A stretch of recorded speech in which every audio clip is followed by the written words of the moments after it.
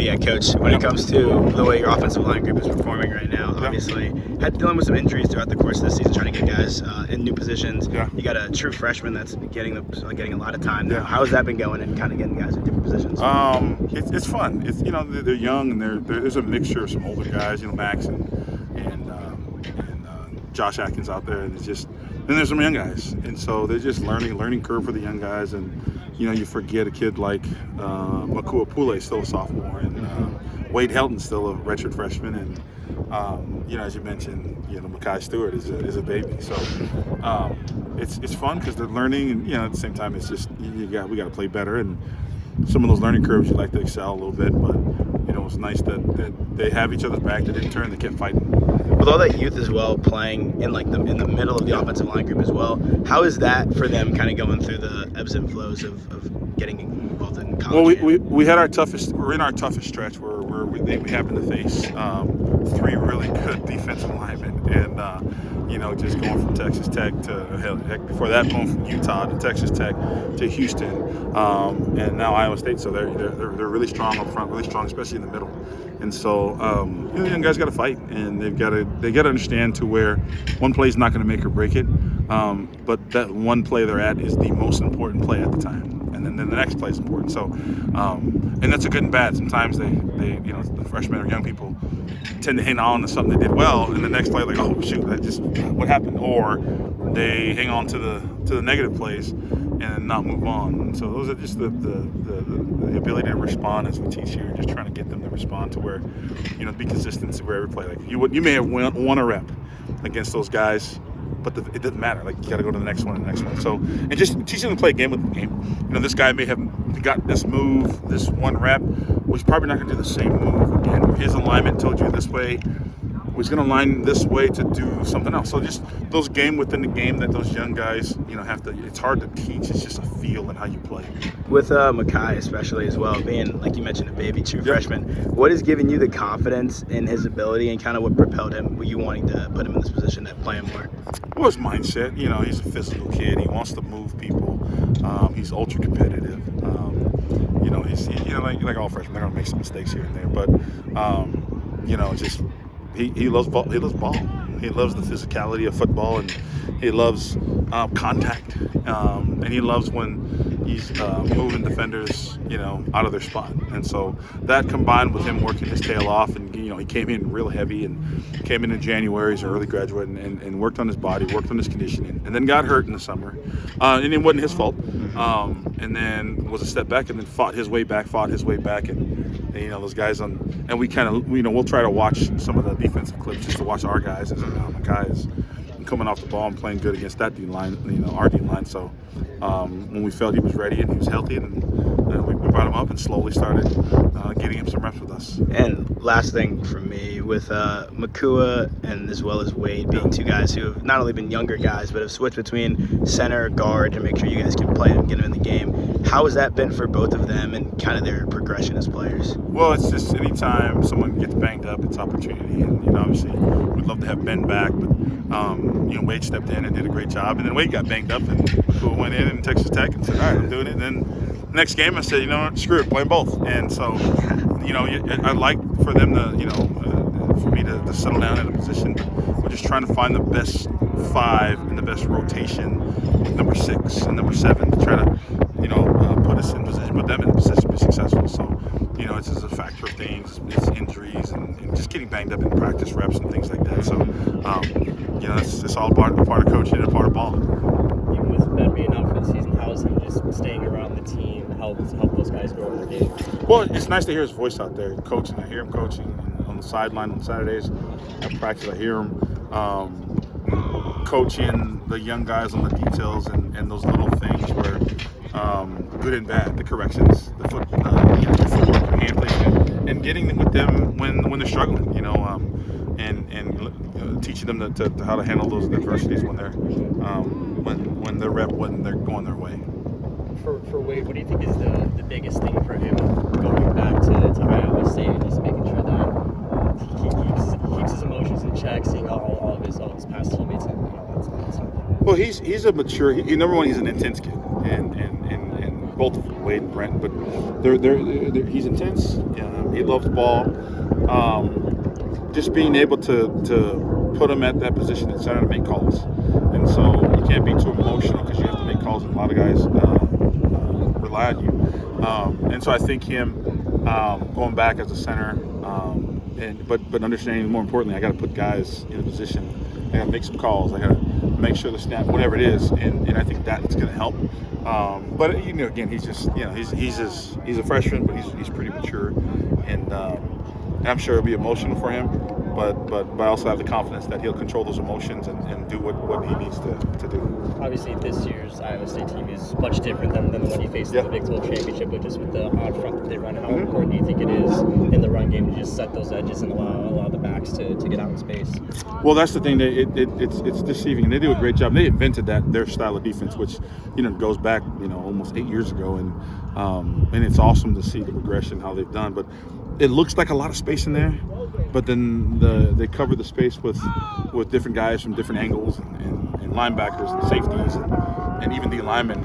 So they do a good job of kind of deceiving you, like, oh, there's a hole right there, and then they collapse. So I just think being able to identify who we have and just being able to stay in front of them is the big thing. So I think they're confident in what they do. They've been doing it for a long time, and they got 95 up front is one of the best in the country, and he's active. It starts with him. He's one of the best players in this conference. He's one of the best defensive linemen in the country. So it starts with him. He does a great job. He knows what he's doing, and he makes plays. It's hard to make a play and have other people make plays when you're the nose in that school or in that program. And so he does a great job. The other guys they brought in 58 and 88 from Frank last year, they're good, strong players, and linebackers come downhill. So they do a great job of deceiving. You're like, oh, well, there's a hole right there. And they trigger so fast and they're so violent. And so that's our challenge to ID who we have and go after them and strain to stay in front. I have questions about Makua to cover high school football as well. Your timeline with Makua, did you recruit him to here? Or I did. Okay, I did. What were some of the things that you saw in him that kind of you wanted to bring him to the program that you thought he could bring to the table? Well, I saw his high school. I think it was his championship game. In the stadium. Yep. And that was like I don't want to say it's my second day here. Okay. And so, just kind of get a list of kids and guys who are uncommitted. And, and just kind of watching him. I'm like, well, so-and-so is interested in us, and he's a little bit undersized, but he was tough. And I just recognized, wow, he's a sick kid. He's tough. Let me go do some research, and he's strong in the weight room, he's trustworthy, all that stuff. And I said, all right, well, he's a big kid, he's tough, he loves ball. Let's give him a chance. And he just grinds, man. He just, from the moment he got here, he handles adversity better than, or as good as anybody on the team. You talk about a guy who just keeps grinding with us, and he's what a lifer is, as we say. And he does little things right. He's intense. He's all about family. And he's educated. He keeps getting educated. He responds well, and he's going to be successful. And that's why I told him, hell, you got a scholarship. Like, you're successful, man. And he just wants to do more. And I remember it was a great moment with him. It was at Texas State when we scored the touchdown in a play where he had kind of butchered up early in the game. And we ran the same play, and with confidence, I said, hey, you good? He goes, yeah, I just got to look to your side the first time. So he ran it well, helped with that touchdown.